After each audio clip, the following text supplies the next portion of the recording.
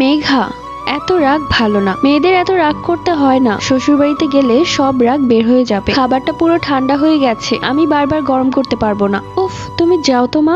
অনেকবার বলেছি আমি খাবো না, খাবো না, খাবো না। সামান্য একটা জামার জন্য কেউ এরকম করে? সামান্য জামা বলবে না, সেই জামাটা আমার খুব পছন্দ হয়েছে। এত বলার পরেও তুমি কিনে দিলে না, এখন আবার ভাত খেতে বলছো। ওই ড্রেসটা তোর পছন্দ হয়েছে, কিন্তু আমার তো পছন্দ হয়নি। কিরকম ঢিলা ঢালা জামা, এই ঢিলা ঢালা জামা পরলে তোকে কিরকম লাগবে? উফ মা, তুমি কিছুই বুঝো না। এটাই তো এখন চলছে। এখন সবাই ওসব ঢিলা ঢালা জামাই পরে। আমাকে এত বোঝাতে হবে না। আমার যেহেতু পছন্দ হয়নি, তাই তোকেও কিনে দিব না। খাবারটা আবারও গরম করে দিয়ে যাচ্ছি। যদি না খাস তাহলে আমি নিয়ে যাব। এরপর তুই সারা রাত না খেয়ে থাকবি। ঠিক আছে, নিয়ে যাও, আমি খাবার খাবো না। তোমার সাহস তো কম না, এই দামি প্লেটটাও ভেঙে ফেলেছো। বলি মন কোথায় থাকে তোমার? এই মেয়েটাকে যবে থেকে বিয়ে করে এনেছে তবে থেকে ঘরে অলক্ষ্মী লেগেছে। আমার ছেলেটার কপাল খারাপ। দুনিয়াতে এত ভালো মেয়ে থাকার পরেও কেন যে অলক্ষ্মীটাই তার ঘাড়ে পড়লো। এখন ন্যাকা কান্না করতে হবে না, তাড়াতাড়ি এগুলো পরিষ্কার করো। আমি মেঘা, বাবা মায়ের আদরের একমাত্র মেয়ে। ছোট থেকেই আমি খুব আহ্লাদে বড় হয়েছি। আমার স্কুল লাইফটা ছিল, আম্মু আমাকে স্কুলে দিয়ে আসতো আবার নিয়ে আসতো। এরপর যখন ক্লাস 8-এ উঠলাম তখন থেকে আমি একা একাই যাওয়া আসা করতাম। কখনো কখনো বাবাও স্কুলে দিয়ে আসতেন, কিন্তু বেশিরভাগ সময় আমি একা একাই চলে যেতাম। স্কুল লাইফে আমার একটা বেস্ট ফ্রেন্ড ছিল, তার নাম ছিল জুয়েনা। ওর সাথে আমি আমার সবকিছুই শেয়ার করতাম, ও ঠিক তাই আমার কাছে সবকিছু শেয়ার করতো। এরপর আমি যখন ক্লাস 9-এ উঠলাম তখন আমার বাবা ফ্ল্যাট কিনে। সেই ফ্ল্যাটটি আমাদের স্কুল থেকে কিছুটা দূরে ছিল। যেখানটায় বাবা ফ্ল্যাট কিনেছিল সেইখানটার পরিবেশটা কিছুটা অন্যরকম ছিল। কারখানা ছিল, আর সেখানে ছেলেপেলেরা একটু আড্ডাবাজি করতো, যার কারণে প্রথম দিকে বাবা নয়তো মা আমাকে স্কুলে দিয়ে আসতো নিয়ে আসতো, কিন্তু আস্তে আস্তে আমাকে একাই যাওয়া আসা করতে হলো। আমাদের বাড়ির পাশে ছেলেদের অনেক আড্ডা ছিল, তো প্রথম কয়েকদিন আমি খেয়াল করি। কয়েকদিন পর থেকে আমি লক্ষ্য করলাম স্কুলে যাওয়া আসার সময় একটা ছেলে আমার পিছু করছে। বিষয়টা প্রথমে আমার বান্ধবী জুয়েনা আমাকে জানিয়েছিল, কেননা একদিন স্কুলে আসার পথে ও আমার পেছন পেছন আসছিল। তখনও সেই ছেলেটাকে দেখেছে, এমনকি পরপর কয়েকবার দেখেছে। বিষয়টা জানার পর আমার একটু ভয় ভয় করছিল। বিষয়টা আমি মা বাবার কাছে কিভাবে বলবো? আর এটা হয়তো আমার মতো অনেক মেয়েরাই ফেস করে, কোনো ছেলে ডিস্টার্ব করলে সেটা সহজে মাকে বলতে পারে না। এরপর থেকে প্রায় দেখতাম সেই ছেলেটা আমার পিছু করছে, কিন্তু কখনো কিছু বলতো না। আমিও মনে মনে ঠিক করলাম পেছন পেছন এসেই বা কি করবে, যদি আমাকে কিছু বলে তাহলে আমি সোজা বাবাকে বলে দিব। দিন যায় মাস যায়, ছেলেটা আমার পেছন পেছনই আসে, কিছুই বলে না। তাই আমিও আর এই বিষয়টাকে বেশি একটা গুরুত্ব দিতাম না। একদিন স্কুল ছুটির পর আমি জুয়েনের বাসায় গিয়েছিলাম, কেননা ওর শরীর খুব খারাপ ছিল, যার কারণে ও সেই দিন স্কুলে আসতে পারেনি।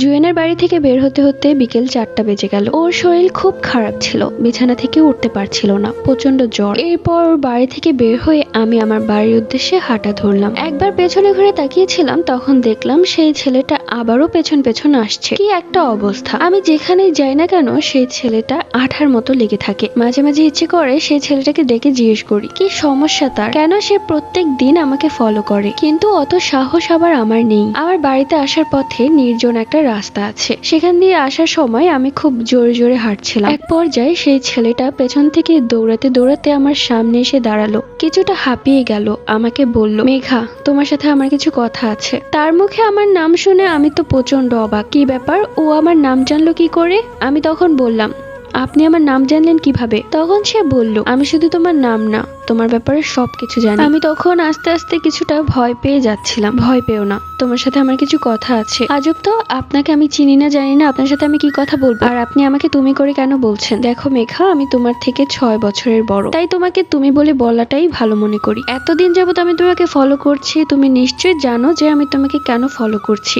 না, জানি না কি জন্য ফলো করেন। আমি তোমাকে পছন্দ করি বিধায় আমি তোমাকে ফলো করি, যাতে কোনো ছেলে তোমাকে ডিস্টার্ব করতে না পারে। এইগুলো আপনি কি বলছেন? আমি তো আপনাকে চিনি না জানি না। চিনো না জানো না ঠিক আছে, চিনে ফেলবে, সমস্যা কোথায়? দেখো মেঘা, তুমি আমার ক্লাসের অনেক জুনিয়র, তারপরেও আমি তোমাকে অনেক ভালোবেসে ফেলেছি। তোমাকে একদিন না দেখলে রাতে ঠিক মতো ঘুম হয় না আমার। আমি তখন অনেক বেশি ঘাবড়ে গেলাম। দেখুন, আমার পথ ছাড়ুন, নয়তো আমি চিৎকার করে মানুষজন জড়ো করব।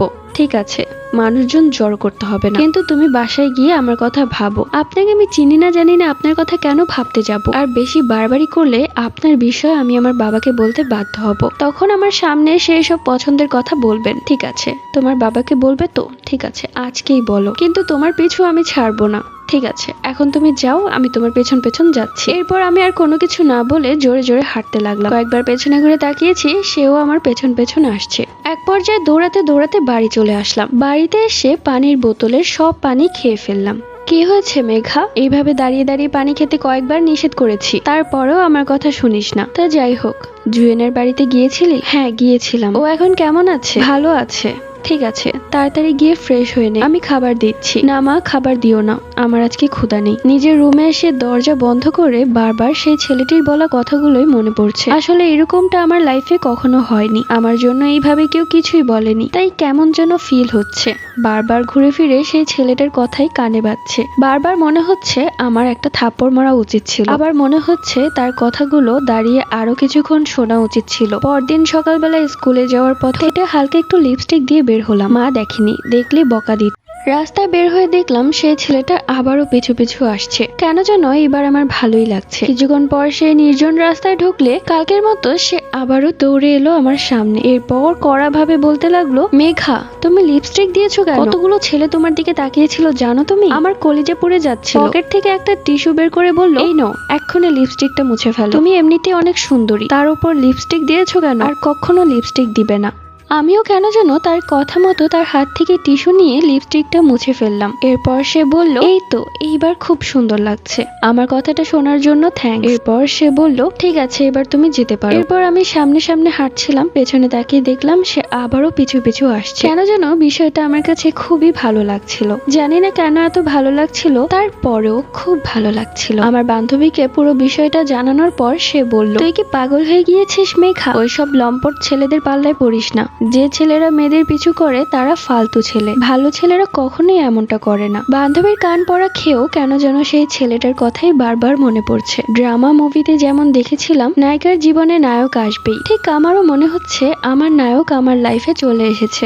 এরপর থেকে প্রায় সে ছেলেটা আমার সাথে কথা বলতো, আমি কিছুই বলতাম না, শুধু একটা মুচকি হাসি দিতাম। একদিন সে ছেলেটা বলল, এসএসসি পরীক্ষার পর আমি তোমার বাসায় আমার মা বাবাকে নিয়ে আসবো। আমি তখন বললাম, কি বলেন, আমি তো এখন পর্যন্ত আপনার নামই জানি না। তখন সে ছেলেটা হাসতে হাসতে বলল, আমার নাম ইব্রাহিম, এই নামটা মাথায় ঢুকিয়ে রাখো, যাতে কোনোদিন ভুলে না যাও। এরপর থেকে তার সাথে আমার টুকটাক কথা হতো। শুরু হলো আমাদের প্রেম কাহিনী। প্রত্যেক দিন বাড়ি থেকে বের হতাম শুধুমাত্র তাকে দেখার জন্য। আমি যেন আস্তে আস্তে সেই ছেলেটার জন্য একদম পাগল হয়ে যাচ্ছিলাম। আমার মা বিষয়টা খেয়াল করছিলেন। মায়ের ভেতরে কেমন যেন একটা সন্দেহ ঢুকে গিয়েছিল, তাই মা ঠিক করলেন এখন থেকে মা আমাকে স্কুলে দিয়ে আসবেন, নিয়ে আসবেন, সামনেই এসএসসি পরীক্ষা। মায়ের এই কথা শুনে আমি ঘাবড়ে গেলাম। মা থাকলে তো তার সাথে আমি কথাই বলতে পারবো না। তখন আমি আমার মাকে এটা ওটা বোঝাতে লাগলাম যে আমি বড় হয়ে গিয়েছি, আমি একা একা যেতে আসতে পারবো, আর মেয়েদের একা যাওয়া আসা করাই ভালো, তাহলে মেয়েরা রাস্তাঘাট চিনতে পারে। তারপরেও মায়ের মনের সন্দেহ গেল না। একদিন স্কুল যাওয়ার পথে মা বোরকা পরে মুখ ঢেকে আমার পিছু নেয়। আমি তখন সেই নির্জন রাস্তায় দাঁড়িয়ে ইব্রাহিমের সাথে কথা বলছিলাম। মা দূর থেকে দেখে ফেলে এবং কাছে এসে কষিয়ে আমার গালে একটা চড় মারে। ও, তাহলে স্কুলে না গিয়ে এগুলোই করা হচ্ছে? ছি মেঘা, তোকে আমার মেয়ে বলতেও লজ্জা হচ্ছে। এইরকম একটা বকাটে ছেলের জন্য স্কুল ফাঁকি দিচ্ছিস? সামনে এসএসসি পরীক্ষা, আজ তোকে আমি দেখেছি, কাল যদি আমাদের আত্মীয় স্বজনের মধ্যে কেউ একজন দেখে, তাহলে আমাদের মান সম্মানটা কোথায় যাবে ভাবতে পারছিস? আর এই ছেলে, তোমার সাহস তো কম না? কতদিন ধরে তুমি আমার মেয়ের সাথে কথা বলো? কবে থেকে চলছে এইগুলো? তখন ইব্রাহিম আমার মাকে সালাম দিয়ে বলল, আসসালামু আলাইকুম আন্টি, একটু শান্ত হন, আমার কথাটা বোঝার চেষ্টা করুন। আমি মেঘাকে অনেক ভালোবাসি, আর মেঘাও আমাকে অনেক ভালোবাসে। আমার মা তখন কষিয়ে একটা চড় মারে ওর গালে। মা এভাবে ওকে চড় মারাতে আমি প্রচন্ড অবাক হই। ভয়ে রীতিমতো আমার হাত পা কাঁপছিল। ইব্রাহিম তখন কিছুই বলতে পারে না, মাথা নিচু করে গালে হাত দিয়ে দাঁড়িয়ে আছে। এরপর মা আমার হাত ধরে টানতে টানতে বাসা নিয়ে যায় এবং আমাকেও একটা চড় মারে। তোকে লেখাপড়া করে বড় করেছি, এইসব করার জন্য এইভাবে আমাদের মান সম্মান ডুবাবি? আমি তখন কিছুই বলতে পারলাম না, শুধু কেঁদেই যাচ্ছিলাম। বারবার ইব্রাহিমের কথা মনে পড়ছিল। ও না জানি কতটা ব্যথা পেয়েছে। পরপর 2 দিন আমি এক ফোঁটা পানিও খাইনি। মা বাবা আমাকে বুঝিয়েছেন এইগুলো না করতে। ইব্রাহিম মোটেও ভালো ছেলে না, আমাকে মনোযোগ দিয়ে পড়াশোনা করতে বলেছে। একটা সময় গিয়ে তাদের পছন্দ মতো ভালো ছেলের সাথে আমার বিয়ে দিবে, কিন্তু আমিও সাফ জানিয়ে জানিয়ে দেই আমি বিয়ে করলে ইব্রাহিমকেই বিয়ে করব। পরপর 2 দিন আমাকে বাড়ি থেকে বের হতে দেয়নি। এরপরে আমার বান্ধবী জুয়েনা আমার বাসায় আসে আর বলে ইব্রাহিম নাকি পাগল হয়ে গেছে, সে আমাকে দেখতে না পেরে পাগলের মতো করছে, ও চাচ্ছে ওর মা বাবাকে তোর বাড়িতে নিয়ে আসতে বিয়ের কথা বলতে। আমি তখন জুয়েনাকে ধরে হাউমাউ করে কাঁদতে কাঁদতে বললাম আমার মা বাবা ওকে পছন্দ করে না, ওর কাছে কখনোই বিয়ে দিবে না। আমি জুয়েনাকে শিখিয়ে দেই তুই এখন বাহিরে গেলে অবশ্যই ও তোকে জিজ্ঞেস করবে, তখন তুই ওকে বলবি আমি ওকে আমার নিজের থেকেও অনেক ভালোবাসি, আর যদি বিয়ে করতে হয় তাহলে ওকেই করব, অন্য কাউকে না। এরপর এই কথাটা গিয়ে জুয়েনা ইব্রাহিমকে বলে। ইব্রাহিম জুয়েনাকে বলে আমাকে জানানোর জন্য যে কাল রাত 10টার দিকে ও আমাদের বাড়ির নিচে দাঁড়িয়ে থাকবে, যেভাবেই হোক আমি যেন তার সাথে দেখা করি। জুয়েনার সাথে সাথে আমাকে এসে জানায়। মা একটু সন্দেহ করেছিল, বলল ও আবার কেন এসেছে। আমি তখন বললাম ও একটা নোটস ফেলে চলে গিয়েছিল, তাই সেটা নিতে এসেছে। আমিও জুয়েনাকে বলে দেই যে আমিও ওর জন্য ওয়েট করব। রাত 10টার দিকে মা টিভি দেখছিল, আমি তখন সুযোগ বুঝে কোনো রকমে ঘর থেকে বের হই এবং বাড়ির নিচে এসে দেখি ইব্রাহিম দাঁড়িয়ে আছে, ওর হাতে একটা বড় ব্যাগ। আমি তখন বললাম এটা কি এনেছো? ও তখন বলল আজই আমরা পালিয়ে যাব। কি বলছো এইগুলো? তোমার কি মাথা ঠিক আছে? জুয়েনা শুধু বলেছিল তুমি আমার সাথে দেখা করতে চাও, যার কারণে আমি এসেছি, কিন্তু তুমি তো বলনি যে তুমি আমাকে নিয়ে পালিয়ে যাবে। তাতে কি এসে যায় মেঘা, এই 2টা দিন আমি তোমাকে দেখতে না পেয়ে পাগল হয়ে গিয়েছিলাম। আমি সব ব্যবস্থা করে এসেছি, আমি পালিয়ে যাব, নয়তো কখনো তোমার আমার পরিবার মেনে নিবে না। আমিও আর উপায় দেখছি না। সেই দিন রাতে ওর হাত ধরে পালিয়ে যায়। প্রথমত ও আমাকে ওর এক বন্ধুর বাড়িতে নিয়ে যায়। বন্ধু বিবাহিত, সে তার ওয়াইফকে নিয়ে একটা রুমে থাকে এবং অন্য একটি রুম আমাদের দুজনকে থাকতে দিয়েছে। ওর বন্ধুর বাড়িতে যাওয়ার পর থেকে আমার কেমন যেন লাগছিল, বারবার বাবা মায়ের কথা মনে পড়ছিল। আমি কি ভুল করে ফেলেছি? আমি কেমনই বা মেয়ে, বাবা মায়ের মান সম্মানের কথা একটা বারও ভাবলাম না। অপরদিকে আমার বাবা মা আমাকে পাগলের মতো খুঁজছে। তো যাই হোক, যেই রুমটাতে আমাকে আর ইব্রাহিমকে থাকতে দেওয়া হলো সেই রুমটা অনেক বেশি ছোট। একটা খাট রাখা আছে আর নিচে একটু জায়গা আছে। তখন ইব্রাহিম আমাকে বলল খাটে শুতে এবং সে নিচে শুয়ে পড়লো। আমিও ইব্রাহিমের কথা মতো খাটে শুয়ে পড়লাম। বিষয়টা কেন যেন খুব ভালো লাগলো। পরের দিন সকালবেলা ইব্রাহিম আমাকে ডাকছে।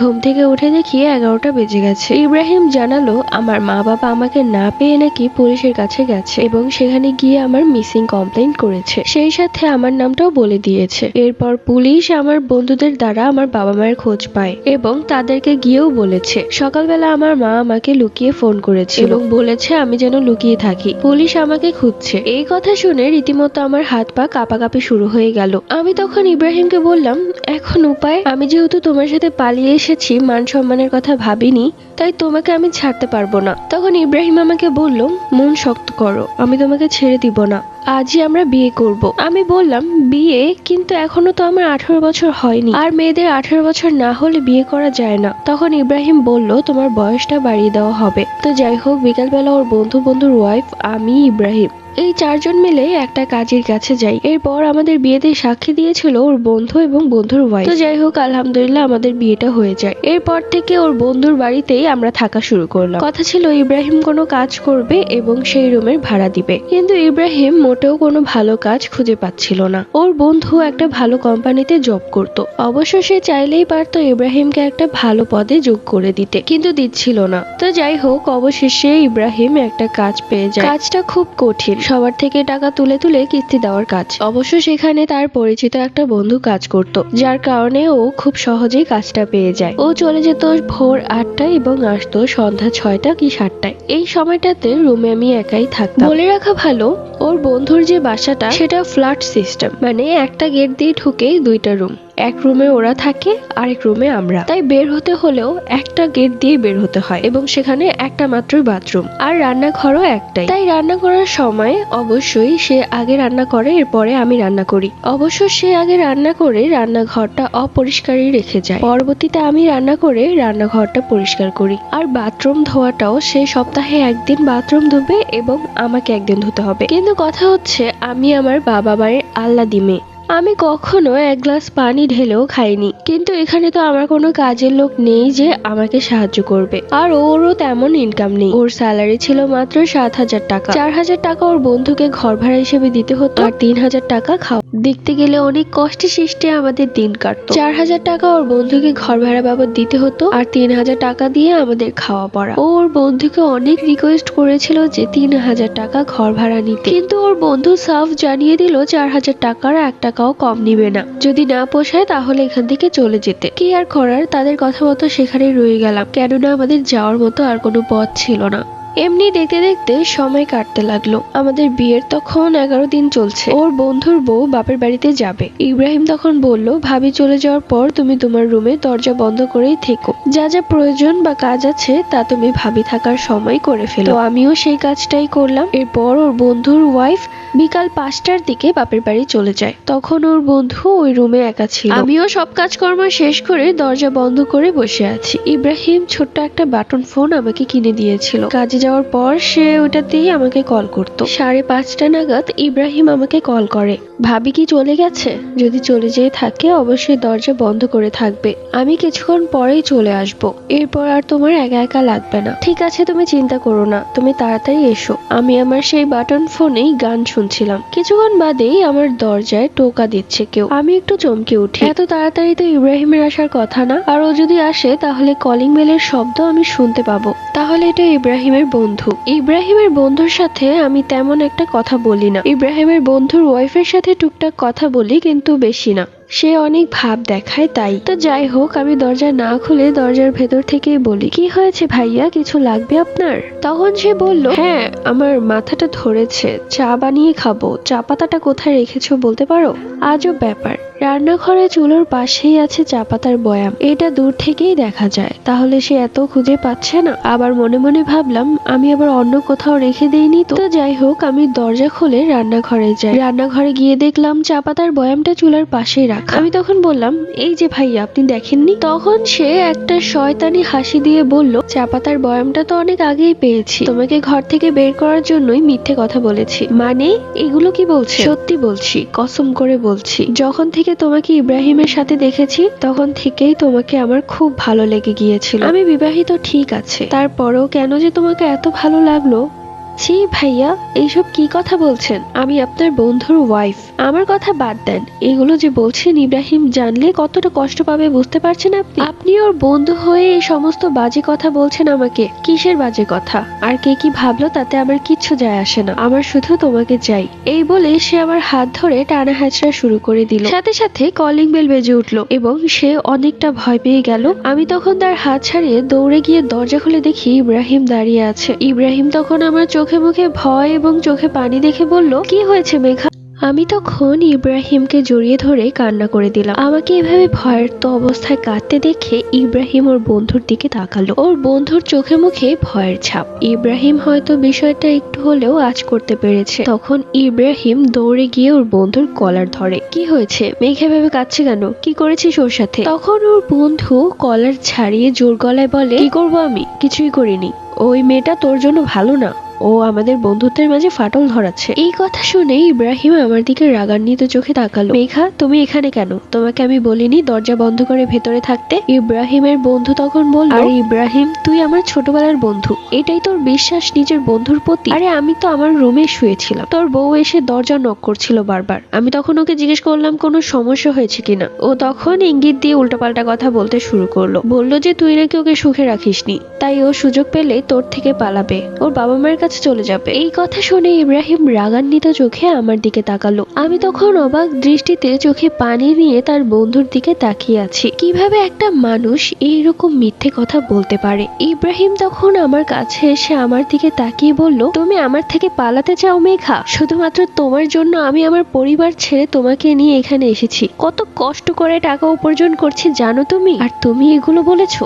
আমি তখন কাঁদতে কাঁদতে পা জড়িয়ে ধরে বললাম, বিশ্বাস করো ইব্রাহিম, এগুলো সব মিথ্যে কথা, আমি এগুলো কিছুই বলিনি, উল্টো তোমার বন্ধু আমার সাথে নোংরামো করছিল। ইব্রাহিম আর কিছুই বলল না, আমার দিকে তাকিয়ে নিজের চোখের পানি মুছে রুমে চলে গেল। আমি একবার ইব্রাহিমের বন্ধুর দিকে তাকিয়ে রুমে চলে গেলাম। ওর বন্ধু তখন আমাকে দেখে এক শয়তানি হাসি দিল। রুমে গিয়ে দেখলাম ইব্রাহিম বিছানায় বসে আছে, ঘর অন্ধকার। আমি গিয়ে দরজা বন্ধ করে দিলাম এবং ওর পাশে গিয়ে বসলাম। ওর হাতে হাত রেখে বলল, বললাম, বিশ্বাস করো ইব্রাহিম, আমি এগুলো কিছুই বলিনি। তোমার বন্ধু মিথ্যে কথা বলছে। ও প্রথম থেকেই আমার দিকে খারাপ নজরে তাকাতো। ইব্রাহিম তখন বলল, জানো মেঘা, আমি তোমাকে এতটাই ভালোবাসি যে আমি আমার বন্ধুর কথাও বিশ্বাস করতে পারছি না। ঘুরে ফিরে তোমার কথাটাই সত্য মনে হচ্ছে। এটা কি আমার অতিরিক্ত ভালোবাসার কারণে হচ্ছে নাকি বুঝতে পারছি না। আমি তখন কাঁদতে কাঁদতে কসম করে বললাম, আমি যা বলেছি সত্য বলেছি, তোমার বন্ধু মিথ্যে কথা বলেছে। এক পর্যায়ে ইব্রাহিম আমাকে বুকে টেনে নিল।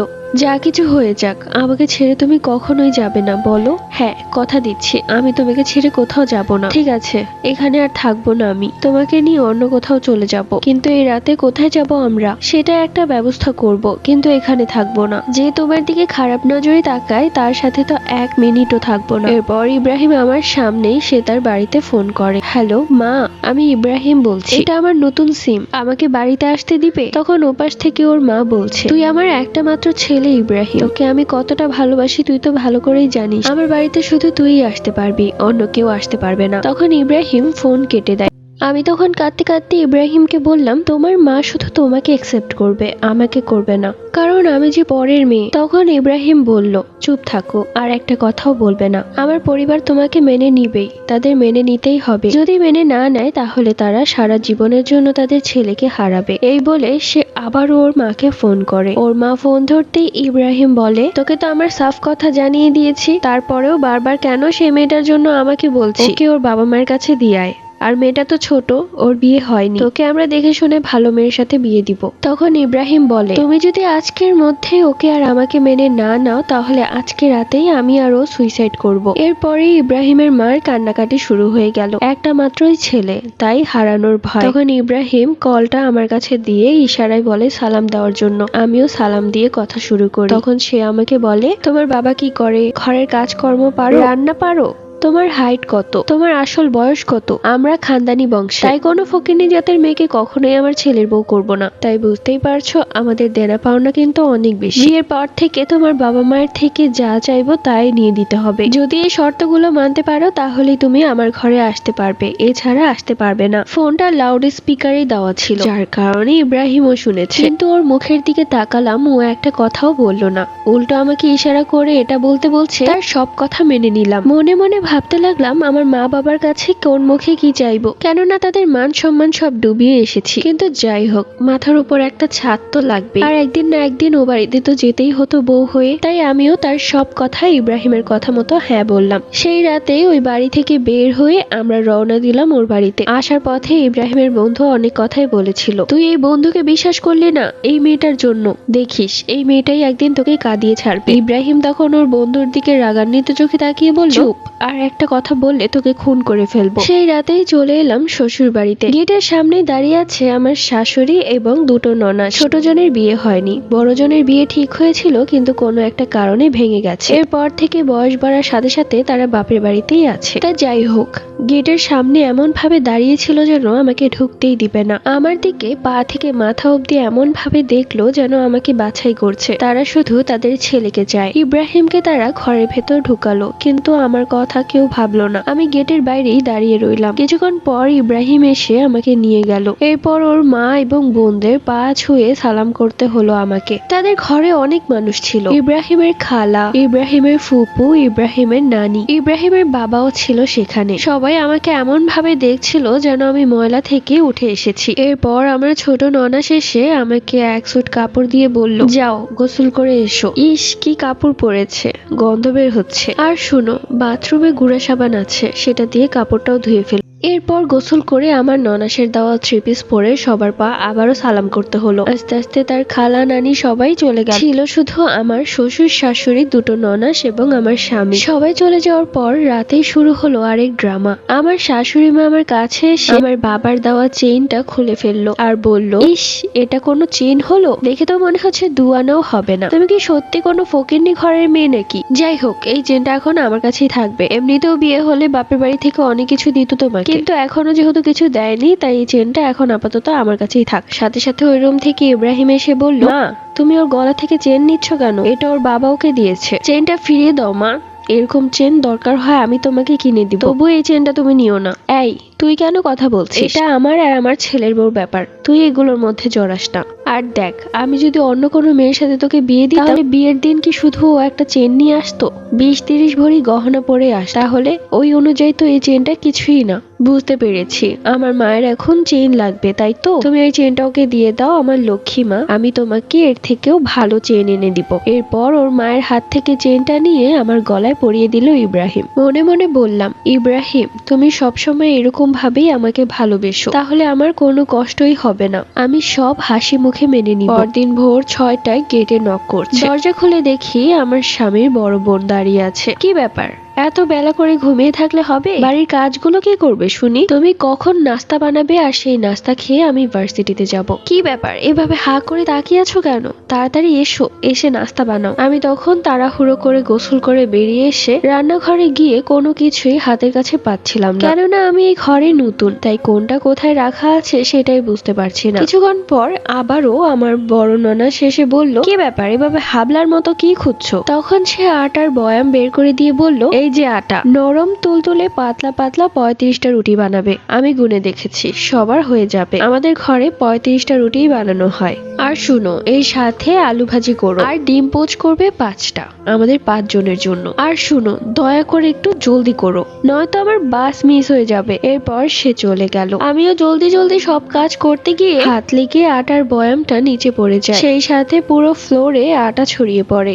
আবারও দৌড়ে আসে আমার ননাস। এই কি কাণ্ড, তুমি এটা কিভাবে করলে? ইচ্ছে করে করেছো তাই না? নাস্তা বানাতে বলেছি সেই রাগে। ও মা, কে কোথায় আছো দেখে যাও, তোমাদের গুণধর বউয়ের কাণ্ড। সে প্রথম দিনই পুরো রান্নাঘরে আগুন ধরিয়ে দিবে। দৌড়ে এলেন আমার শাশুড়ি এবং ছোট ননাস। এ কি অবস্থা, ফ্লোরে এত আটা পড়ে আছে কি করে? কি করে আবার, দেখতে পাচ্ছ না? এগুলো করেছে তোমার গুণধর বৌমা। দেখলে তো, কালকে বড় বড় কথা বলেছিলে না? যেমনই হোক, গরিব ঘরের মেয়ে হলেও আমি আমার ছেলের বউকে মেনে নিয়েছি। আমার মন তো অনেক বড়। দেখো তাহলে এবার সে কি করে। আমার শাশুড়ি মা আমাকে এক ধমক দিয়ে বলল, কিরে ছোট লোকের বেটি, বাড়িতে আসতে না আসতে সব নিজের মতো চালাতে শুরু করেছিস? এই কতগুলো আটা যে ফেললি সেটার টাকা কে দিবে? তোর বাবা। আমি তখন নিচের দিকে তাকিয়ে কাঁদছি, কি বলবো ভাষা খুঁজে পাচ্ছি না। অপরদিকে আমার শাশুড়ি মা এবং ননাস বকেই চলেছে, আর এই চিৎকার চেঁচামেচি ইব্রাহিমের কান অব্দি পৌঁছে গেল। ইব্রাহিম উঠে দেখলো আমি সেখানে নেই, দৌড়ে এলো রান্নাঘরে এসে দেখলো তুল কালাম কাণ্ড ঘটেছে। ইব্রাহিমের মা তখন ইব্রাহিমকে বলল, এসেছিস বাবা, দেখ তোর গুণধর বউ কি করেছে। স্নেহা একটু ওকে বলেছিল সকালের নাস্তাটা বানাতে, যার কারণে তোর বউ ঘরের সব কিছু ভেঙে ফেলছে। তুই দেখ না বাবা, আটাগুলো কিভাবে ছড়িয়ে ছিটে পড়ে আছে, সব রাগগুলো এই আটার উপর বের করেছে। আহারে, কতগুলো খাবার নষ্ট হলো, এই আটাগুলো দিয়ে কতগুলি রুটি বানানো যেত। ইব্রাহিম তখন আমার দিকে তাকালো, দেখলো আমার কাঁদতে কাঁদতে অবস্থা খারাপ হয়ে যাচ্ছে। মেঘা, তুমি কান্না বন্ধ করো, আমি কি তোমাকে কিছু বলেছি? যাও তুমি ঘরে যাও, এগুলো আমি পরিষ্কার করে দিচ্ছি। ইব্রাহিম, এইগুলোতে কি বলছিস? আসতে না আসতে বউয়ের গোলাম হয়ে গেলি? মা দেখেছো, আসতে না আসতে ভাই ওর পক্ষে হয়ে কথা বলছে। মেয়েটা আসলে কোনো জাদুকরি হবে, আমাদের ভাই তো এরকম ছিল না। কি রে ভাই, তুই দেখছিস তোর চোখে যে ও কি করলো, তারপরও তুই ওর পক্ষ নিয়ে কথা বলছিস? তখন ইব্রাহিম সবাইকে চুপ করিয়ে দিয়ে বলল, ও এই বাড়িতে নতুন, আর এই আটা হয়তো ওর হাত লেগে পড়ে গেছে, এতে তোমরা এভাবে চিৎকার করছো কেন? মনে হচ্ছে ও অনেক বড় ভুল করে ফেলেছে। আচ্ছা মা, এই ভুলটা তো তোমার হাতেও হতে পারতো, তাহলে কি আমরা সবাই মিলে তোমাকে এভাবেই বকতাম? আমার একটা রিকোয়েস্ট রাখো, মেঘা নতুন, ওর সাথে তোমরা এরকম করো না, ওকে ভালোবেসে আপন করে নাও, তাহলে ও তোমাদেরকে আপন করে নিবে। এই বলে ইব্রাহিম চলে আসে আমার রুমে। অপরদিকে আমার ননা শাশুড়ির কান ভারী করে বলছে, দেখেছো মা, ভাই কিরকম ওর গোলাম হয়ে গেছে। এই মেয়েটার জন্য আমার ভাইয়ের ভবিষ্যৎ ক্যারিয়ার সব ধ্বংস হয়ে যাবে দেখো। আমার শাশুড়ি মার আগে ফুসতে ফুসতে বললেন, চিন্তা করিস না, এর উপায় আমার কাছে আছে। আমার ছেলেকে ও ভেবেছে ও নিজের হাতের মুঠে রাখবে, কিন্তু আমি অত সহজে এটা হতে দিব না। এই মেয়ের ধ্বংস এখন আমার হাতে। কি বলছো মা, তুমি আবার কি করবে? মনে আছে তোর রূপালী ভাবির কথা? তার ছেলের বউটাও কিন্তু এসে তার ছেলেকে নিজের হাতের মুঠে রেখেছিল। এরপর রূপালী ভাবি যা করলো, তার ছেলে এখন তার কথায় উঠে বসে, বউকেও ডিভোর্স দিয়ে দিয়েছে। শুনেছি ওই মেয়েটার নাকি আর কোথাও বিয়ে হচ্ছে না, বাপের ঘাড়েই বসে খাচ্ছে। কিন্তু মা, এটা কি করে হলো? সব বলবো, কিন্তু এখানে না, এখানে বললে কেউ শুনে ফেলবে। আমি আজ রাতেই রূপালী ভাবিকে ফোন করব, সে কার থেকে কি করেছে কাছে সবটা জেনে নিব। অপরদিকে ইব্রাহিম আমার কাছে এসে বলল, আরে পাগলি, কান্না থামাও। আমি কি তোমাকে কিছু বলেছি? আমার মা বলেছে। আমার মাকে তো তুমি চিনোই, কেমন খিটখিটে স্বভাবের। তুমি একটু মানিয়ে নাও লক্ষ্মী, তাহলে দেখবে তারাও তোমাকে অনেক ভালোবাসবে, নিজের মেয়ের মতো। স্নেহা আর রিয়া আপুকে যেমনটা ভালোবাসে ঠিক তোমাকেও তেমনটাই ভালোবাসবে। আমি তখন কান্না থামিয়ে ইব্রাহিমকে জড়িয়ে ধরে বললাম, সব পরিস্থিতিতে তুমি এভাবেই আমাকে সাপোর্ট করো, আমার আর কিছুই লাগবে না। পরদিন বিকেলবেলা আমার শাশুড়ি মা তার বড় মেয়ে স্নেহাকে নিয়ে কোথায় যেন গেল। আমাকে বলল দরজা ভালো করে বন্ধ করে রাখতে। আমিও ভালো করে দরজা আটকে ঘরে এসে শুয়ে পড়লাম। ঘন্টা খানিক পর তারা চলে আসলো। এসে এক বোতল পানি আমার কাছে দিয়ে বলল, এই নাও মা, এটা 3 বেলা খাবে। তার মুখে মা ডাক শুনে আমি তো প্রচন্ড অবাক। তাহলে কি আমার শাশুড়ি মা আমাকে নিজের মেয়ের মতো দেখছে? তখন আমিও সব কথা ভুলে গিয়ে বললাম, এটা কিসের পানি মা? তখন সে বলল, আসলে তুমি আমাদেরকে যতটা খারাপ ভাবো আমরা ততটা খারাপ না। বিয়েতে আমি রাজি না ঠিক আছে, কিন্তু আস্তে আস্তে মানিয়ে নিতে তো সময় লাগবে। আর ওইদিকে দেখোই না তোমার হাতেও কত ভুল হয়ে যাচ্ছে। এই পানিটা একটা হুজুর আমাকে দিয়েছে। তিনি বলেছে এই পানিটা যদি তুমি খাও তাহলে তোমার কাজে আর কোনো ভুল হবে না। তুমি আমাদের ঘরের লক্ষ্মী হয়ে থাকবে, সবার চোখের মনি হয়ে। নাও মা, এক্ষুনি 1 কাপ খেয়ে ফেলো। এই কথা শুনে আমি তো খুশিতে একদম লাফাচ্ছি। শাশুড়ি মায়ের পেছনে দাঁড়িয়ে মিটমিট করে হাসছে স্নেহা। কি হয়েছে আপু, আপনি হাসছেন কেন? না, আসলে আমার একটা জোকস মনে পড়েছে, তাই হাসছিলাম আর কি। তুমি পানিটা খেয়ে নাও মেঘা, খুব ভালো লাগবে। এরপর শাশুড়ি এবং ননাসের সামনেই 1 কাপ পানি আমি খেয়ে ফেলি। এরপর তারা চলে গেল।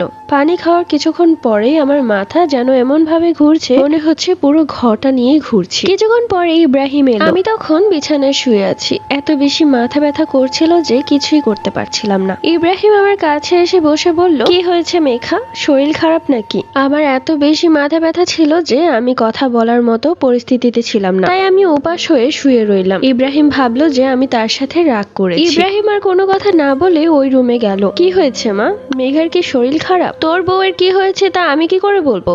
আমি কি ওর কাছে গিয়ে বসেছিলাম নাকি? আর তুই আমার ঘরে এসেছিস কেন? যা না, তোর বউয়ের কাছে গিয়ে বস। আজ সকালবেলা যা দেখালি তারপরে তো তোকে ছেলে বলতেও আমার কেমন লাগছে। আরে মা, তুমি রাগ করছো কেন? তুমি তো আমার চোখের মনি। তুমি রাগ করলে আমি কোথায় যাব? কিন্তু একটু বুঝো, ও তো এই বাড়ির নতুন, ও কিছুই জানে না, তাই এটা বলেছি। আর আস্তে আস্তে ও শিখে গেলে তখন তার বলতে হবে না, তখন আর ও ভুলও করবে না। কিছুক্ষণ পর ইব্রাহিম ঘরে আসলো। কি হয়েছে মেঘা, এতক্ষণ ধরে শুয়ে আছো? তোমার কি শরীর খুব খারাপ লাগছে? তাহলে আমার সাথে চলো, ডাক্তারের কাছে নিয়ে যাই। খাবার খাবে না? আমি তখন কিছুই বলতে পারলাম না, এত বেশি মাথা ব্যথা ছিল। আরে কিছু তো বলো, আমি এতবার করে জিজ্ঞেস করছি। কি হয়েছে তোমার? আমার দিকে ঘুরো। আমি তখন উঠে বসে বললাম, সমস্যা কি তোর? দেখছিস তো আমি তোর সাথে কথা বলছি না, তাহলে বারবার কেন আমাকে জিজ্ঞেস করছিস? যা দূরে গিয়ে মর। আমার থেকে এই ব্যবহার পেয়ে ইব্রাহিম যেন ভেঙে চুরমার হয়ে গেল। তার মাথায় যেন আকাশ ভেঙে পড়লো, কেননা কখনোই আমি তাকে তুই করে বলিনি। ইব্রাহিম তখন ভাঙা মন নিয়ে বারান্দায় চলে গেল। পরদিন সকালবেলা আমার ননা শেষে দরজা নক করছে। ঘুম থেকে উঠে দেখলাম ইব্রাহিম সোফায় ঘুমিয়ে আছে। মনে মনে খুব খারাপ লাগছে, আমার জন্য ও সারা রাত সোফায় ঘুমিয়েছে। আমার পাশে এসে শুয়ে পড়লেই তো পারত। যাই হোক, আমি গিয়ে দরজা খুলতেই ননাস দাঁড়িয়ে আছে। দরজা খুলতেই দেখলাম ননাস দাঁড়িয়ে আছে। কি হয়েছে আপু, কিছু লাগবে? কিছু লাগবে মানে? সকালের নাস্তা কে বানাবে শুনি? আমার এমনিতে অনেক লেট হয়ে যাচ্ছে, তাড়াতাড়ি এসে নাস্তাটা বানাও। আমি একটু অবাক হলাম তার ব্যবহারে, কেননা তারা বলেছিল এরপর থেকে আমার সাথে একটু ভালো ব্যবহার করবে। তো যাই হোক, আমি ফ্রেশ হয়ে রান্নাঘরে গিয়ে দেখলাম এক পাহাড় থালা বাসন পড়ে আছে। এগুলো ধোয়া শেষ হলে তারপর নাস্তা বানাতে হবে। অপরদিকে ননাসেরও দেরি হয়ে যাচ্ছে, তাই আমি তাড়াহুড়ো করে থালা বাসন মাজতে শুরু করলাম। বেশি সাবান হওয়ার কারণে আমার হাত পিছলে পড়ে একটা প্লেট ভেঙে গেল। তোমার সাহস তো কম না, এই দামি প্লেটটাও ভেঙে ফেলেছো? বলি মন কোথায় থাকে তোমার? এই মেয়েটাকে যবে থেকে এই বাড়িতে নিয়ে এসেছে তবে থেকে অলক্ষী লেগেছে। আমার ছেলেটার কপাল খারাপ, দুনিয়াতে এত ভালো মেয়ে থাকার পরও কেন যে অলক্ষীটাই তার ঘাড়ে পড়লো। এখন ন্যাকা কান্না করতে হবে না, তাড়াতাড়ি এগুলো পরিষ্কার করো। শাশুড়ি মায়ের কথা শুনে আমার চোখ দিয়ে অনবরত পানি পড়ছে। তাহলে কালকে তারা আমাকে কিসের পানি খাওয়ালো? কেনই বা এরকম ব্যবহার করছে? কালকে তো বেশ ভালোই ব্যবহার করেছিল, তাহলে কি সেই পানিতে কোনো ভেজাল ছিল? কিন্তু কোনো প্রশ্নই করতে পারলাম না আমি আমার শাশুড়ি মা। চোখ দিয়ে পানি পড়ছে এবং হাতগুলো দিয়ে মেশিনের মতো কাজ করছি। সব কাজকর্ম শেষ করে নাস্তা বানালাম। খাবার টেবিলে খাবার ঠান্ডা হয়ে যাচ্ছে, অথচ ইব্রাহিম একটাবারও খাবার খেতে আসলো না। রিয়া কয়েকবার ডেকে এসেছে, কিন্তু তার ভাই বলেছে খাবে না। মনে মনে ভাবতে লাগলাম, ওর আবার কি হলো, শরীর খারাপ হয়নি তো? আমি খাবারগুলো নিয়ে রুমে আসলাম, দেখলাম সে অন্যমনস্ক হয়ে কিছু একটা ভাবছে। কি হয়েছে ইব্রাহিম? কয়েকবার তোমাকে ডাকা হলো, কিন্তু তুমি খেতে আসলে না কেন? ইব্রাহিম তখন বলল, আমার খিদে নেই, তাই খেতে আসিনি। তোমার কোনো সমস্যা? ইব্রাহিমের মুখে এই কথা শুনে আমি প্রচন্ড কষ্ট পেলাম। ওর পরিবারের সবাই আমার সাথে খারাপ ব্যবহার করে, এখন ও শুরু করেছে। এরপরেও আমি ইব্রাহিমকে বললাম, কি হয়েছে তোমার? আমার সাথে এভাবে রাগারাগি কেন করছো? আমার কি হয়েছে? আমার কিছু হয়নি, তোমার কি হয়েছে সেটা বলো। আমি তখন বললাম, আমার আবার কি হবে, আমার তো কিছু হয়নি। গেটের বাহিরে কান পেতে দাঁড়িয়েছে আমার ননাস এবং শাশুড়ি মা। ছেলের মুখে চিৎকার শুনে তারা মিটমিট করে হাসছে। আমি আবার কি করেছি ইব্রাহিম? বললে না তো। কাল রাতে আমি তোমাকে কতবার জিজ্ঞেস করেছি কি হয়েছে তোমার, বলো। কিন্তু তুমি কালকে আমার সাথে খুব খারাপ ব্যবহার করেছো, যেটা আমি তোমার থেকে কখনোই আশা করিনি। তোমার সাথে যখন আমার রিলেশন হয়েছিল, একটা বারও কি আমি তোমাকে তুই করে বলেছি? আমি তখন মাথা নেড়ে বললাম, না তো, কখনোই বলোনি। তাহলে তুমি কি করে কালকে আমাকে তুই করে বলতে পারলে? তুমি তো জানোই যে তুই শব্দটা আমি একদমই পছন্দ করি না, তাহলে কি করে আমাকে তুই করে বললে? আমি তুই করে বলেছি? কখন? আমার তো মনে পড়ছে না। মেঘা, একদম মিথ্যে বলবে না, আমি শুনেছি তুমি আমাকেই বলেছো, আমাকে মরতেও বলেছো। ইব্রাহিম, তোমার কোথাও ভুল হচ্ছে, আমি এই সমস্ত কিছুই বলিনি তোমাকে। তুমি এত মিথ্যেবাদী। ইব্রাহিম, তুমি আমাকে মিথ্যেবাদী বললে? তুমি আমাকে বলেছো আর এখন অস্বীকার করছো, তাহলে তোমাকে কি বলবো? দেখো ইব্রাহিম, আমি আমার পরিবারকে ছেড়ে একে তো তোমার পরিবারের পেছনে গাধার খাটুনি খাচ্ছি, তার উপর তুমি আমাকে এসব আজে বাজে কথা বলছো। মেঘা, চুপ করো, নয়তো আমার হাত উঠে যাবে। ইব্রাহিমের মুখে এই কথা শুনে আমি রীতিমতো অবাক হয়ে দাঁড়িয়ে আছি। ও আমার গায়ে হাত তুলবে? যার জন্য নিজের মান সম্মান দেখলাম না, বাবা মাকে ছেড়ে দিলাম, সে আমার গায়ে হাত তোলার কথা বলছে? আসলে দোষটাই তো আমার। আমি তখন কাঁদতে কাঁদতে বললাম, এটাও বাকি রেখেছো কেন? গায়ে হাত তুলো না। তোমাকে নিষেধ করেছে কে? আমি এখন হাড়ে হাড়ে টের পাচ্ছি, তোমার সাথে পালিয়ে এসে বিয়ে করে জীবনের সবচেয়ে বড় ভুল করেছি আমি। কত স্বপ্ন ছিল আমার, বিয়ের পর স্বামীকে নিয়ে সুখের সংসার করব, আর তোমার বাড়িতে এসে কারো মুখে আমার নামে কোনো ভালো কথাই শুনছি না। শুধু কাজ করো আর কাজ করো। আমি কি কাজের লোক নাকি? এত কাজ আমি আমার বাপের বাড়িতেও করিনি, তারপরেও আমি যথেষ্ট মানিয়ে নেওয়ার চেষ্টা করছি। কিন্তু তুমি আজ আমাকে এই কথাটা বলে অনেক বড় ভুল করে ফেলেছো। আমি আর এখানে থাকবো না, আমি আজকেই আমার বাবার বাড়িতে চলে যাব। ঠিক আছে, যাবে যেহেতু যাও, একবার এই বাড়ি থেকে বের হলে আর আসতে পারবে না। তুমি কি ভেবেছো এই জাহান্নাম থেকে বের হলে আমি আবার এই জাহান্নামেই আসতে চাপ? দরকার নেই, আমি গিয়ে আমার বাবা মায়ের কাছে মাফ চাবো, তাহলে তারা আমাকে মেনে নিবে। যাবার আগে একটা কথা শুনে রাখো মেঘা, আমি তোমাকে সত্যি খুব ভালোবেসেছিলাম, কিন্তু তুমি কাল রাতে আমার সাথে খুব খারাপ ব্যবহার করেছো, আর এখন উল্টো নিজেই রাগ দেখাচ্ছ। ঠিক আছে, যাও, আমিও তোমাকে আটকাবো না। আর একটা কথাও না বাড়িয়ে আমি সেই বাড়ি থেকে বেরিয়ে আসি, সোজা চলে আসি আমার বাড়িতে। কলিং বেল বাজতে মা এসে দরজা খুললেন, আমাকে দেখে কিছুটা চমকে গেলেন। তুই এ বাড়িতে কেন এসেছিস? এ বাড়ির দরজা তোর জন্য একবারের জন্য বন্ধ। মা, এরকমটা করো না, তোমরা যদি এরকমটা করো তাহলে আমি কোথায় যাব? কেন? কোথায় যাবি আবার? সেই বকাটে ছেলের কাছেই যা, যার জন্য নিজের বাবা মায়ের মান সম্মানের কথা একটা বারও ভাবিসনি। তুই পালিয়ে যাওয়ার পরের দিনই জানতে পেরেছিলাম তুই ওই ছেলেটার সাথেই পালিয়েছিস। এরপর থেকে তোর বাবা আর আমি মিলে তোকে ত্যায্য করেছি। আজ থেকে আমাদের মেঘা নামের কোনো মেয়ে নেই, মারা গেছে। এই বাড়িতে আসার চেষ্টাও করবি না। এই বলে মা মুখের উপর দরজা আটকে দিল। এটা কখনো ভাবিনি যে আমার বাবা মাও আমার সাথে এমনটাই করবে, কিন্তু সব দোষই যে আমার। গেটের বাইরে দাঁড়িয়ে কিছুক্ষণ কান্না করলাম। ঠিক 5 মিনিট পর মা দরজা খুলে উকি দিয়ে দেখলো আমি চলে গিয়েছি কিনা। আমাকে দাঁড়িয়ে থাকতে দেখে বলল, কি ব্যাপার, এখানে দাঁড়িয়ে আছিস কেন? যাসনি এখনো? কোথায় যাব মা? ওই বাড়ি থেকে আমাকে তাড়িয়ে দিয়েছে, আর তুমিও এখান থেকে তাড়িয়ে দিলে আমি কোথায় যাব বলো? মায়ের চোখে মুখে কষ্টের ছাপ। কি বললি? তাড়িয়ে দিয়েছে? কিন্তু কেন? ঘরে আয়, কিছু খেয়েছিস? না, কিছু খাইনি, আমার অনেক ক্ষুধা পেয়েছে। এরপর মা 1 প্লেট ভাত এনে দিলেন মুরগির গোস্ত দিয়ে। সেই 1 প্লেট ভাত আমি 2 মিনিটে খেয়ে ফেললাম। মায়ের হাতের রান্না বলে কথা। মা আমাকে বললেন, তোর বাবা একটু পরেই আসবে। কি হয়েছে খুলে বলতো আমাকে। অপরদিকে ইব্রাহিমের বাড়িতে দেখা যায়, মা তুমি তো ঠিকই বলেছিলে, কবিরাজের কথা মতো ঠিক ওই মেয়েটা চলেই গেছে। ভালোই হয়েছে, আমাদের বেশি ঝামেলা পোহাতে হয়নি। হ্যাঁ, ঠিক বলেছিস, আমার যে কি খুশি লাগছে তোকে বলে বোঝাতে পারবো না। এখন ভালোই ভালোই মেয়েটাকে ডিভোর্স লেটার পাঠিয়ে দিতে হবে, আর আমার ছেলেটাকে অন্য কোথাও বিয়ে দিব। আবারও ভাইয়ের বিয়ে দিবে? এইবার অন্তত আমাদের বিয়ের কথা ভাবো। বুঝিস না কেন? নয়তো ওই মেয়েটার কথাই ভাব। ইব্রাহিমের মা ইব্রাহিমের ঘরে গিয়ে দেখলেন ইব্রাহিম শুয়ে আছে, চোখ দিয়ে পানি পড়ছে। কিরে বাবা, এখনো শুয়ে আছিস কেন? সন্ধ্যা হয়ে গেছে, ঘরে লাইটও অন করিসনি। আরে ওই মেয়েটার কথা বাদ দে, ওইসব মেয়ে ভালো না। তোর জন্য আমি লক্ষ্মী একটা মেয়ে নিয়ে আসবো, যে এই সংসারটাকে নিজের আপন করে নিবে, আর আমাদেরকেও। সেই মেয়েটা যদি সত্যিই তোর ভালোবাসা বুঝতো তাহলে তো কখনোই তোকে ছেড়ে যেত না। সাথে সাথে ইব্রাহিম উঠে বসে বলল, কি করব মা, তুমিই বলো। ওর জন্য আমি কি না করেছি, কত কষ্টের কাজ করেছি। বড় আপদের আগে আমি বিয়ে করেছি, তাও আবার পালিয়ে। তোমাদের মান সম্মানের কথাও ভাবিনি। ও যতই ভুল করুক না কেন সবসময় ওর সাপোর্টে কথা বলেছি। তারপরে ও কি করে পারলো আমাকে ছেড়ে চলে যেতে? ওহ বাবা, ওর কথা বাদ দে তো, ও একটা ফালতু মেয়ে, ওর কথা বলার দরকার নেই। তোর জন্য আমি খুব ভালো একটা মেয়ে নিয়ে আসবো। না মা, আমি আর কাউকে বিয়ে করব না। আমি যেহেতু মেঘাকে ভালোবেসে বিয়ে করেছি, তাই ওই আমার বুকে থাকবে। ও চলে যাক, তারপরেও ওকে আমি মন থেকে ভালোবাসবো। তুমি এখন চলে যাও মা, আমার মাথাটা খুব ব্যথা করছে। কি গো মা, তুমি চলে আসলে? ভাই কি বললো? কি আবার বলবে, ওই খারাপ মেয়েটার কথাই বারবার বলছে। মেয়েটা কি জাদুই না করেছে, আমার ছেলে ওকে মন থেকেই ভুলতে পারছে না। এত চেষ্টা করছি, তারপরও ওদেরকে কোনোভাবেই আলাদা করতে পারছি না। হারামজাদি চলে গিয়েও আমার ছেলেটাকে শান্তিতে থাকতে দিচ্ছে না। বুঝতে পেরেছি, ওর নতুন করে ব্যবস্থা করতে হবে। তুমি আবার কি ব্যবস্থা করবে? ও তো চলেই গিয়েছে, আর প্রথম প্রথম ভাই একটু এরকমই করবে, এরপর ঠিক হয়ে যাবে। না, আমার ছেলে এরকমই থাকবে। আমি ভালো করেই জানি ওর মনটা কত নরম। ও একবার যাকে মন থেকে ভালোবাসে তাকে সহজে আর ভুলতে পারে না। মা, এখন তুমি কি করতে যাচ্ছ? আমি ওই কবিরাজের কাছে আবারও যাব, গিয়ে বলবো এই মেয়েটাকে যেন বান মেরে মেরে ফেলে। সর্বনাশ, এটা কি করে সম্ভব? আরে স্নেহা, তুই কিছুই জানিস না, সবই সম্ভব। এই সবকিছুই হচ্ছে টাকার খেলা।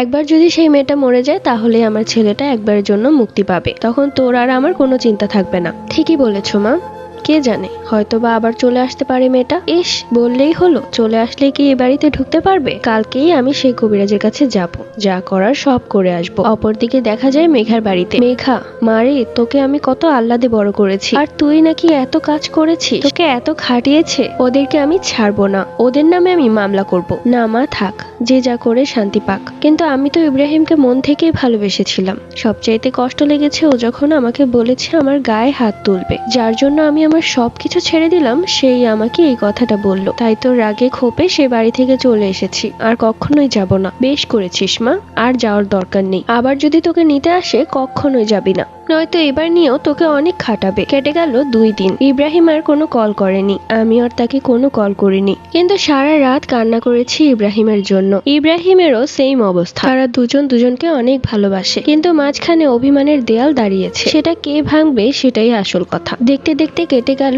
2 দিন। সন্ধ্যার দিকে মেঘা ছাদে উঠে এবং কিছুক্ষণ বসে।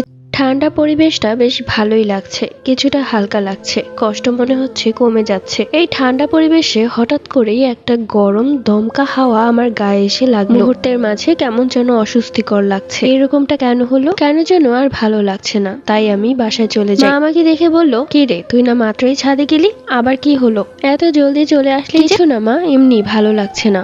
ও আচ্ছা, ঠিক আছে, ঘরে গিয়ে রেস্ট কর। আমি তোর জন্য গরম গরম 1 কাপ চা নিয়ে আসছি, চা খেলে তোর ভালো লাগবে। ঠিক আছে। রুমে গিয়ে বিছানাতে বসতেই হঠাৎ করে পেট এত মোচড় দিল যে আমি দৌড়ে গেলাম ওয়াশরুমে। এরপর বমি করতে শুরু করলাম, তাও রক্ত বমি। মা দৌড়ে এলেন, এসে দেখলেন বেসিন পুরো রক্তে ভরা। এ কি সর্বনাশ, এগুলো কি করে হলো? আমার আর কোনো কিছুই মনে নেই, আমি সেন্সলেস হয়ে মাটিতে পড়ে যাই।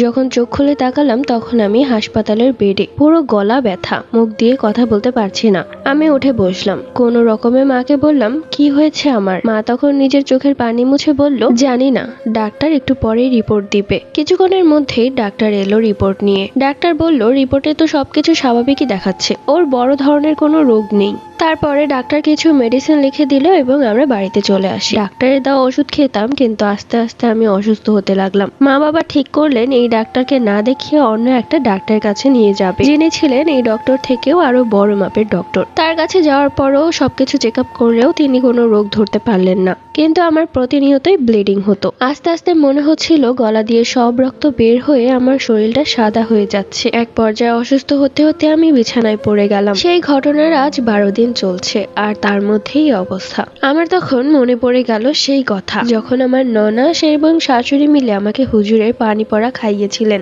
তারপরেই নাকি আমি ইব্রাহিমের সাথে খুব খারাপ ব্যবহার করেছিলাম, কিন্তু তা আমার মনে ছিল না। কোনো রকমে আস্তে আস্তে করে মাকে পুরো ঘটনাটা বললাম। মা সব শুনে বললেন, আমারও মনে হচ্ছে অন্য কোনো ঝামেলা আছে, কেননা কত বড় বড় ডাক্তার দেখিয়েছি, কেউই তোর রোগ ধরতে পারছে না, সবাই বলছে তুই সুস্থ। মা আর সময় নষ্ট না করে আমার ছোট ফুপিকে ফোন করে। ছোট ফুপি বাড়িতে আসার পর মা সবকিছু খুলে বলে। তখন ছোট ফুপি তার পরিচিত এক হুজুরের নাম্বার দেয়। হুজুরের সাথে মা কথা বলে। এরপর হুজুর আমাদের বাড়িতে আসে। হুজুর আমাকে দেখে বলে, সর্বনাশ, এই মেয়েটার উপর বান মারা হয়েছে, তাও আবার মরণ বান। এই মেয়েটাকে মেরে ফেলবে। খুব ভয়ঙ্কর কালো জাদু করা হয়েছে মেয়েটার উপর। শুধু এই মরণ বানই না, অনেক আগে থেকেই মেয়েটার উপর কালো জাদু করা হচ্ছে। আর এগুলো কে করেছে তার নামটাও বলে যায় তিনি। আমার আর কোনো কিছুই বুঝতে বাকি রইল না এগুলো কে করেছে। এরপর হুজুর বান কাটানোর সর্বোচ্চ চেষ্টা করে। বান কাটানো শেষ হওয়ার পরে প্রথমে আমার শরীর বন্ধ করে দেয়, যাতে পরবর্তীতে তারা কোনো প্রকার কালো জাদু করলে আমার গায়ে না লাগে।